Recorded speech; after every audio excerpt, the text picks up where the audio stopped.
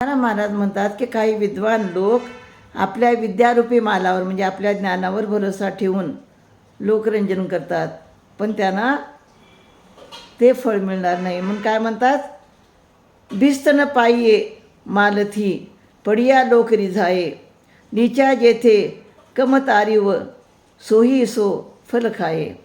तर जे कोणी विद्वान लोक आहेत त्यांनी आपल्या विद्यारूपी मालावर भरोसा ठेवून लोकरंजन केले, मनोरंजन केले, तर त्यांना परमार्थाचे फळ प्राप्त होणार नाही.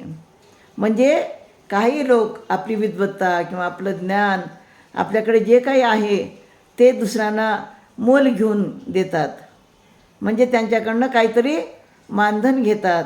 आणि अशा प्रकारे ज्यावेळेस ते भजन कीर्तन करतात किंवा किंवा काही ज्ञान सांगतात, तर त्यांना परमार्थाचं फळ मिळणार नाही. म्हणजे परमार्थ करायचं आहे तर कसं निरपेक्ष भावनेने करायला पाहिजे.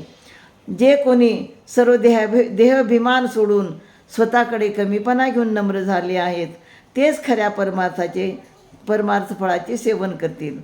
म्हणजे ज्याने आपल्याकडचा अभिमान सोडून दिला आहे आणि कधी कोणत्या काही वेळेस ते स्वतः कमीपणा घेऊन नम्र झाले आहेत, अशाच लोकांना परमार्थाच्या फळाचं खरं सेवन त्यांना मिळत असतं. रामकृष्ण हरी.